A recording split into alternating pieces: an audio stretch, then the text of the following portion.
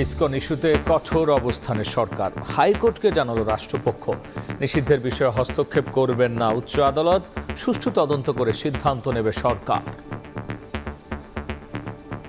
বিদেশে যতই প্রোপাগান্ডা ছড়ানো হোক, আমরা সবাই জানি সত্যটা কি, যে আমাদের দেশে কোনো সংখ্যালঘু বা কেউ তাদের কোনো রকমের ভয় থাকার কোনো কারণ নেই। তদন্ত সাপেক্ষে আমরা এটা করতে চাই যাতে কোনো কোয়ার্টার্সে কোনো ধরনের অনিশ্চয়তা এবং সংকট না তৈরি হয়। বিভাজন তৈরি করে আবারও ফিরে আসার চেষ্টায় পতিত স্বৈরাচারীরা, ষড়যন্ত্র মোকাবেলায় সজাগ থাকার আহ্বান রাজনীতিকদের। পতিত ফ্যাসিস্টরা প্রতি মুহূর্তেই এই অভ্যুত্থানকে ব্যর্থ করা, যে অন্তর্বর্তী সরকার তাকে ব্যর্থ করার চেষ্টা করছে। ফ্যাসিবাদ পরাজিত হয়েছে, ফ্যাসিবাদ যে কোনো সময় আবার ফিরে আসতে পারে। আমরা এমন কিছু করব না যে হঠকারিতার মধ্য দিয়ে আমরা আবার অন্ধকারের মধ্যে চলে যাব। জাতি, ধর্ম, দল মত নির্বিশেষে জাতীয় ঐক্য কিভাবে আরো সিমেন্টেড করা যায়, প্রশাসনে আরো কিভাবে গতি আনা যায়। দেখছিলেন প্রধান শিরোনাম। রাত 11টার সময় সঙ্গে আছি আমি গোলাম রাব্বি। এবার অন্যান্য শীর্ষ সংবাদ। ছাপানো হলো 22,500 কোটি টাকা, তারল্য সহায়তা দেওয়া হবে দুর্বল 6 ব্যাংকে, মূল্যস্ফীতি না বাড়ার প্রত্যাশা গভর্নরের।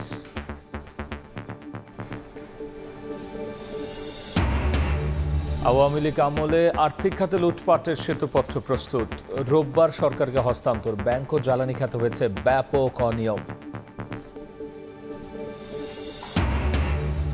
এবার যাত্রাবাড়িতে হাসনাত আবদুল্লার গাড়িতে মিনি ট্রাকের ধাক্কা, হত্যা চেষ্টার অভিযোগ বৈষম্য বিরোধী ছাত্র আন্দোলনের নেতাদের। পিলখানা হত্যার বিচারে বিশেষ ট্রাইব্যুনালে মামলা করবে স্বজনহারা পরিবার। শেখ হাসিনা, নানক সহ সংশ্লিষ্ট সেনা কর্মকর্তাদের আসামি করার ঘোষণা। এবং শঙ্কাই হলো সত্যি, রামপাল বিদ্যুৎ কেন্দ্রের দূষণে হুমকিতে বিশ্ব ঐতিহ্যের সুন্দরবন।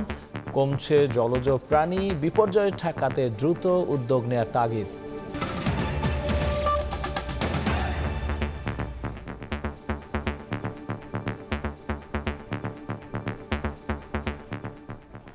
চিন্ময়কে গ্রেফতার ও আইনজীবী হত্যার পর ইসকন ইস্যুতে কঠোর অবস্থানে সরকার। এই ঘটনায় এ পর্যন্ত 3টি মামলায় গ্রেফতার হয়েছে অন্তত 33 জন। আসামিদের ধরতে টপ প্রায়োরিটি দিয়ে কাজ করছে আইন শৃঙ্খলা বাহিনী। সরকারের এসব পদক্ষেপের কথা হাইকোর্টকে জানিয়েছে রাষ্ট্রপক্ষ, আর হাইকোর্ট বলেছেন ইসকন নিষিদ্ধ হবে কিনা সিদ্ধান্ত নেবে সরকার। এক্ষেত্রে আদালতের হস্তক্ষেপ করা উচিত হবে না। ইসকনের বিষয়ে সরকারের অবস্থান কি বুধবার রাষ্ট্রপক্ষের কাছে জানতে চান দেশের সর্বোচ্চ আদালত। চট্টগ্রামের আইনজীবী সাইফুল ইসলাম আলিফ হত্যা সহ সাম্প্রতিক বিষয়ে সরকার কি পদক্ষেপ নিয়েছে তাও জানাতে বলা হয়। বৃহস্পতিবার রাষ্ট্রপক্ষের আইনজীবী আদালতকে জানান, আলিফ হত্যার ঘটনায় 3টি মামলা হয়েছে, গ্রেফতার করা হয়েছে বেশ কয়েকজনকে।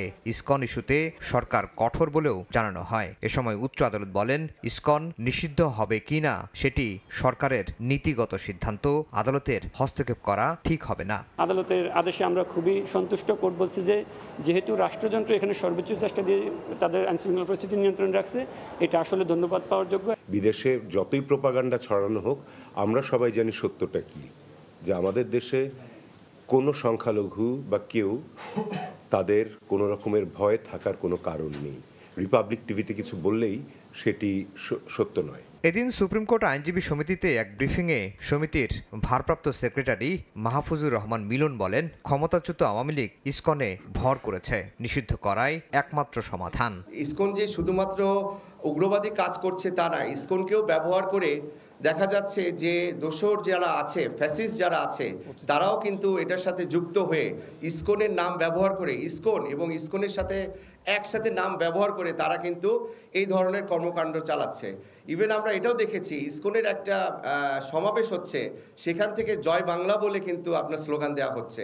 এদিকে আইনজীবী আলিফ হত্যা এবং ইসকন নিষিদ্ধের দাবিতে সুপ্রিম কোর্ট এলাকায় মানববন্ধন করেছে আইনজীবী অধিকার পরিষদ। দ্রুত বিচার ট্রাইব্যুনালে আলিফ হত্যার বিচারের দাবিও জানান তারা।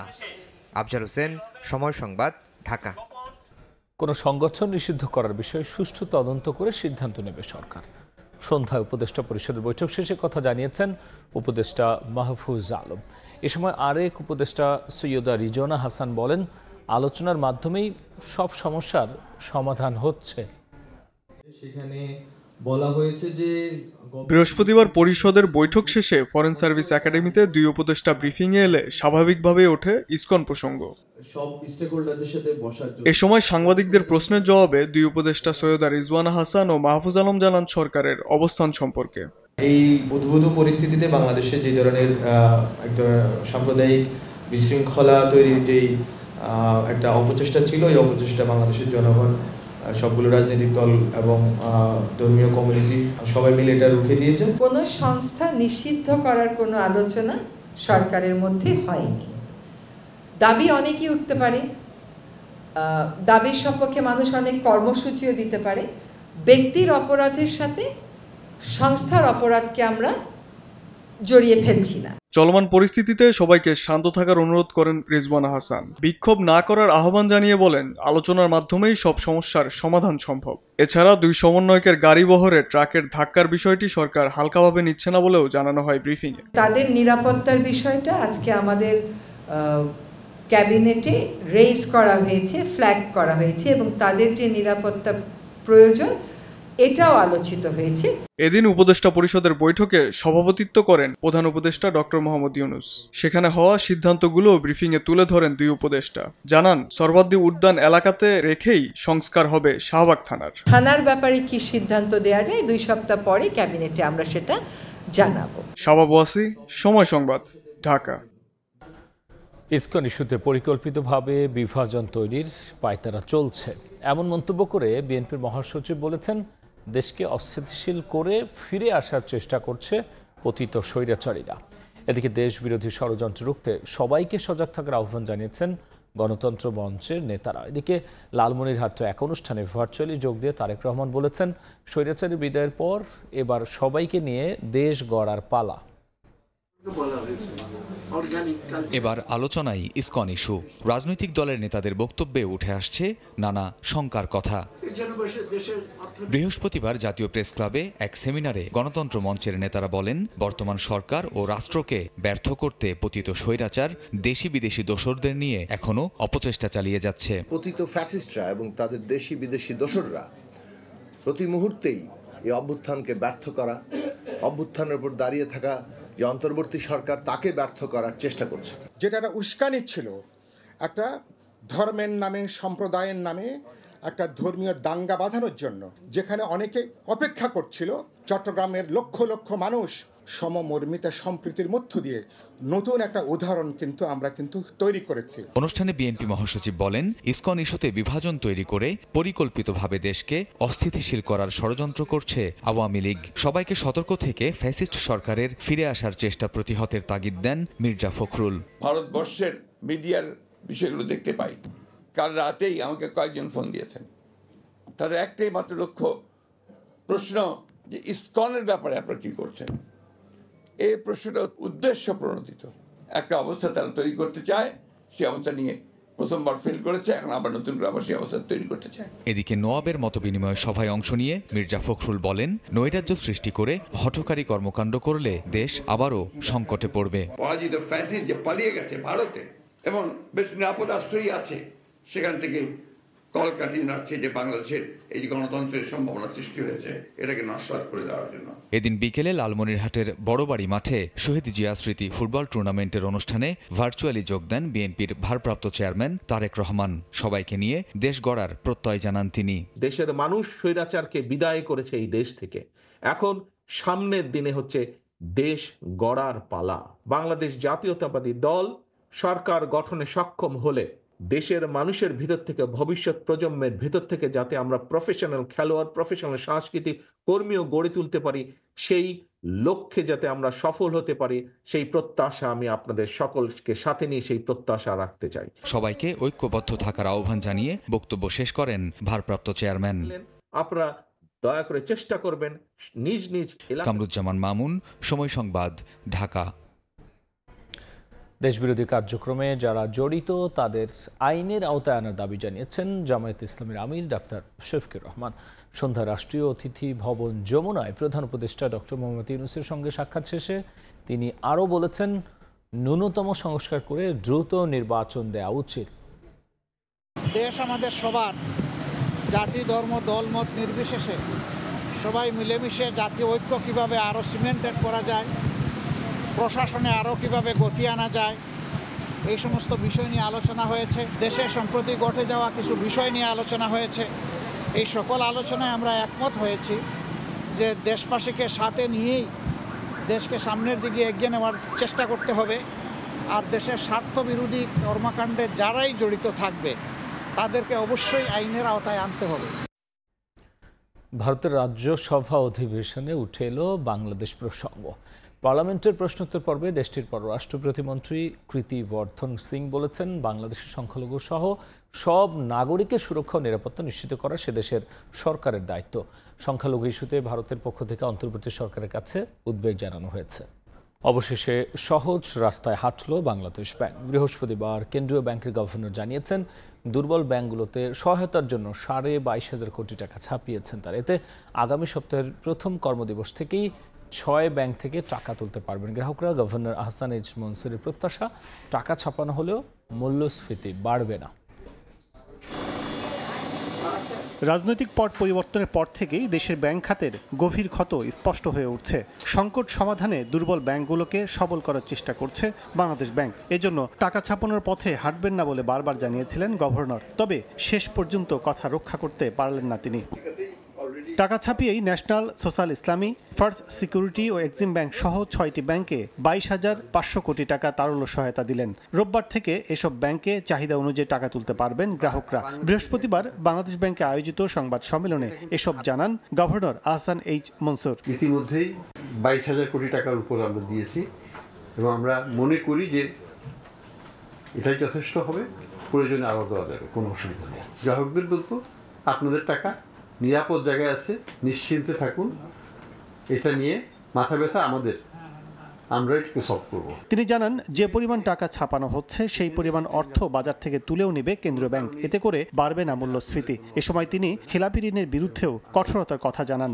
বন্ড ছাড়ার মূল কারণ হচ্ছে আমরা এক হাতে লিকুইডিটি সাপোর্ট দেব, আরেক হাতে লিকুইডিটি উইথড্র করব। আমাদের বাজারের যে তারল্য, সেটাকে কিন্তু আমরা, যেটাকে আমরা বলি যে টাইট মনিটারি পলিসি, সেইটাই রাখবো। সামগ্রিকভাবে অর্থনৈতিক ভারসাম্যটা থাকে, লিকুইডিটিটা ঠিক থাকে, আমাদের যে মূল্যস্ফীতিকে নিয়ন্ত্রণ রাখার জন্য যে আমাদের যে প্রচেষ্টা, সেটা ক্ষেত্রে কিন্তু আমরা পিছিয়ে যাচ্ছি না। বাংলাদেশের ব্যাংকিং খাতকে দুরবস্থায় ফেলার পেছনে এস আলম দায়ী উল্লেখ করে প্রতিষ্ঠানটির বিরুদ্ধে আইনি ব্যবস্থা নেওয়া হবে বলে আবারও জানালো কেন্দ্রীয় ব্যাংক। কাজল আব্দুল্লাহ, সময় সংবাদ, ঢাকা।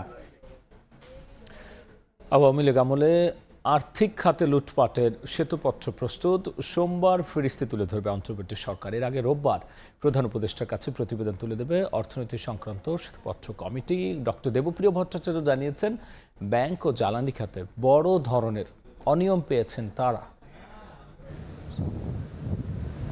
সংসদ সদস্যদের ইচ্ছে পূরণে যত্রতত্র অপ্রয়োজনীয় প্রকল্প গ্রহণ, দরপত্র নিয়ন্ত্রণ কিংবা দরপত্র ছাড়াই প্রকল্পের অনুমোদন, অস্বাভাবিক ব্যয় বৃদ্ধি, আরও আছে প্রকল্পের টাকায় বিদেশ ভ্রমণ। গেল 15 বছরে তৎকালীন আওয়ামী লীগ সরকারের প্রকল্পের নামে বেপরোয়া দুর্নীতিতে বিপর্যস্ত হয়ে পড়ে দেশের অর্থনীতি।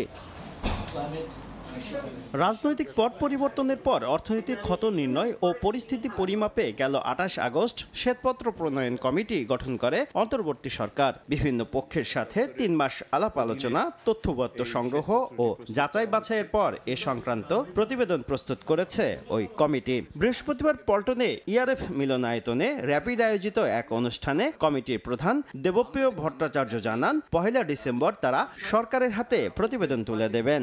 রবিবার দিন মাননীয় প্রধান উপদেষ্টার কাছে দুপুর 12টার সময় আমরা শ্বেতপত্র হস্তান্তর করব। এ সময় এই অর্থনীতিবিদ বলেন, ব্যাংক ও জ্বালানি খাতে সবচেয়ে বেশি লুটপাট হয়েছে। ক্যাপাসিটি চার্জের সিদ্ধান্ত একটা অনৈতিক এবং অবৈজ্ঞানিক এবং অর্থনৈতিকভাবে হিতকর নয় এমন একটি পদক্ষেপ, সেটা সরকার বাতিল করে দিয়েছে। আগামী 6 মাসের জন্য করণীয় ঠিক করতে সরকারকে একটি কর্ম পরিকল্পনা তৈরির তাগিদ দেন দেবপ্রিয় ভট্টাচার্য। সেই দুর্নীতির পাহাড়ের থেকে যদি। শুভ খান, সময় সংবাদ, ঢাকা। পিলখানা হত্যার বিচারে আন্তর্জাতিক অপরাধ ট্রাইব্যুনালে মামলা করবেন স্বজনহারা পরিবার। শেখ হাসিনা, শেখ সেলিম, নানক, তাপস সহ সংশ্লিষ্ট সেনা কর্মকর্তাদের আসামি করার ঘোষণা দিয়েছেন তারা। শহীদ অফিসার ও 2024 জুলাই আন্দোলনে শহীদদের পরিবারকে যথাযথ সুযোগ সুবিধা দিতে হবে। এই বছর আমরা কিন্তু অনেক আশা করেছিলাম সরকার বদলের পর। বৃহস্পতিবার দুপুরে রাজধানীর মহাখালী রাওয়া ক্লাবে সংবাদ সম্মেলন করেন শহীদ পরিবারের সদস্যরা। তাদের দাবি, সেদিনের হত্যাকাণ্ড ছিল পরিকল্পিতভাবে হত্যা করেছে স্বৈরাচারী খুনি শেখ হাসিনা। ইন্ডিয়ার সরাসরি পরিকল্পনা। সরকারের কাছে নতুনভাবে তদন্ত শুরু করে বিচার করার প্রতিশ্রুতি তার অগ্রগতি সম্পর্কে জানতে চাই। এই 57 জন অফিসারকে যাতে এই রাষ্ট্র, এই দেশপ্রেমিকের মর্যাদা দেয়। শিগগিরই পিলখানা হত্যার বিচারে আন্তর্জাতিক অপরাধ ট্রাইব্যুনালে মামলা করবেন স্বজনহারা পরিবার। আসামি করা হবে শেখ হাসিনা সহ আওয়ামী লীগ সরকারের সংশ্লিষ্ট নেতাদের। আইসিটি ট্রাইব্যুনালে আমরা কমপ্লেইন ফাইল করব। শেখ তাপস, শেখ সেলিম, জাহাঙ্গীর কবির নানক, মির্জা আজম সহ তৎকালীন প্রধানমন্ত্রী শেখ হাসিনা, ওনার বিরুদ্ধে ওনাকে আমরা অ্যাকিউজ করব। এ সময় পিলখানা হত্যাকাণ্ডের বিষয়টি পাঠ্য বইয়ে অন্তর্ভুক্ত করা এবং 25 ফেব্রুয়ারিকে শহীদ দিবস ঘোষণা সহ 5 দফা দাবি জানান শহীদ পরিবারের সদস্যরা। তুষার আহমেদ ইমন, সময় সংবাদ, ঢাকা। ঋণের নামে টাকা লুটপাটকারী কেউ পার পাবে না বলে হুঁশিয়ার দিয়েছেন ন্যাশনাল ব্যাংকের বর্তমান পরিচালনা পর্ষদ। তবে চাহিদা মতো টাকা তুলতে আমানতকারীদের অন্তত 3 মাস অপেক্ষা করতে হবে। সংবাদ সম্মেলন করে গ্রাহকদের এভাবে আশ্বস্ত করেছেন ব্যাংকটির চেয়ারম্যান। শিকদার গ্রুপ সহ বিভিন্ন শিল্পগোষ্ঠীর ঋণ ভারে ডুবে আছে ন্যাশনাল ব্যাংক। এখানে গচ্ছিত টাকা তুলতে এসে অনেক গ্রাহকই ফিরছেন খালি হাতে, ভুগছেন আস্থাহীনতায়। বাস্তবতা স্বীকার করে ব্যাংকটির বর্তমান চেয়ারম্যান জানালেন, চাহিদা মতো আমানতকারীর টাকা ফেরত দিতে সময় লাগবে আরও অন্তত 3 মাস। তবে গ্রাহক আস্থা বাড়াতে আর কোনো অনিয়মে না জড়ানোরও প্রতিশ্রুতি দেন।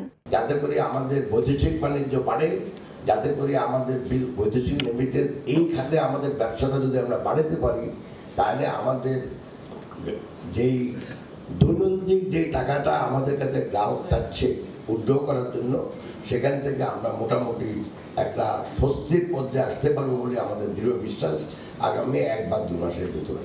বৃহস্পতিবার দুপুরে ন্যাশনাল ব্যাংকের বর্তমান পরিস্থিতি তুলে ধরে আয়োজিত সংবাদ সম্মেলনে ব্যাংক খাতের নাজুক পরিস্থিতির জন্য স্বল্পমেয়াদী আমানতের বিপরীতে দীর্ঘমেয়াদী ঋণ ব্যবস্থাপনাকে দায়ী করেন ব্যাংক চেয়ারম্যান। বলেন, পুঁজিবাজারের ভঙ্গুর দশা নাজুক করে ফেলেছে ব্যাংকগুলোকে।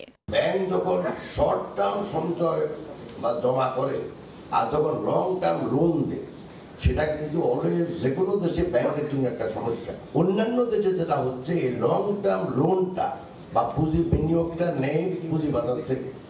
আমাদের পুঁজিবাজারের অবস্থা আমি কিছু বলতে জানি, আপনারা সবাই জানেন। এ সময় ব্যাংকের ভাইস চেয়ারম্যান জানান, ঋণ খেলাপিদের ধরার পাশাপাশি বিদেশে পাচারকারীদের বিরুদ্ধে কঠোর ব্যবস্থা নেওয়ার কথা। এগুলো আমাদের সময় নিবে। এই সম্পত্তিগুলো যদি আমরা মাত্র 10 থেকে 20% আমরা রিকভার করতে পারি, তাহলেও আমাদের আমাদের ব্যাংকের অবস্থা এটা অনেক ঘুরে দাঁড়াবে। আমাদের লোনগুলো ক্লাসিফাইড লোন আছে বা যারা আমাদের যেসবগুলো আমাদের আদার সোর্সের লোনগুলো যেগুলো আছে, সেগুলো কি করে আমরা রিকভারি করতে পারি। সংবাদ সম্মেলনে জানানো হয়, গেল জানুয়ারি থেকে অক্টোবর পর্যন্ত 900 কোটি টাকা খেলাপি ঋণ আদায় করেছে ন্যাশনাল ব্যাংক। আদায়ের পথে আছে আরও 400 কোটি টাকা। আমানতকারীর আমানত রক্ষা করা। ইয়ানুর শিফাত, সময় সংবাদ, ঢাকা। খুলনা প্রকৌশল ও প্রযুক্তি বিশ্ববিদ্যালয়ে 5 জন শিক্ষক, 6 জন কর্মকর্তা ও 1 জন কর্মচারীকে সাময়িক বহিষ্কার করা হয়েছে। দুপুরে বিশ্ববিদ্যালয়ের জনসংযোগ শাখা থেকে বিষয়টি নিশ্চিত করা হয়। তাদের বিরুদ্ধে বৈষম্য বিরোধী ছাত্র আন্দোলনে সক্রিয়ভাবে বাধা প্রদান, বিভিন্ন সময়ে সাধারণ ছাত্র শিক্ষক নির্যাতনে প্রত্যক্ষভাবে যুক্ত থাকা ও সক্রিয়ভাবে রাজনৈতিক প্রভাব বিস্তারের সঙ্গে যুক্ত থাকার অভিযোগ উঠেছে। তদন্তে অভিযোগগুলোর সত্যতা পাওয়ায় বিশ্ববিদ্যালয়ের 94তম সিন্ডিকেট সভায় এই সিদ্ধান্ত গ্রহণ করা হয়। দক্ষিণ কোরিয়ায় ভারী তুষারপাতে এখনো পর্যন্ত 5 জনের প্রাণহানির খবর পাওয়া গেছে। গত 2 দিনে রাজধানী সিওল সহ বেশ কয়েকটি এলাকায় 40 সেন্টিমিটারের বেশি তুষারপাত রেকর্ড করা হয়। দেশের স্বরাষ্ট্র মন্ত্রণালয় জানিয়েছে, বৈরী আবহাওয়ার কারণে 1.5 শতাধিক ফ্লাইট বাতিল করা হয়েছে, বন্ধ রয়েছে ফেরি চলাচল। বিদ্যুৎ বিচ্ছিন্ন রয়েছে 1000-এরও বেশি পরিবার। এছাড়াও 1200-রও বেশি শিক্ষা প্রতিষ্ঠান বন্ধ ঘোষণা করা হয়েছে। শুক্রবার থেকে তাপমাত্রা -7 ডিগ্রিতে নেমে যেতে পারে বলে পূর্বাভাস দিয়েছে দক্ষিণ কোরিয়ার আবহাওয়া বিভাগ। তবে তীব্র শীতের কারণে বাসিন্দাদের সর্বোচ্চ সতর্কতার সঙ্গে চলাফেরার নির্দেশ দিয়েছেন প্রেসিডেন্ট ইউন সুক উইল। এই ছিল আমার কাছে থাকা দেশ বিদেশের খবর।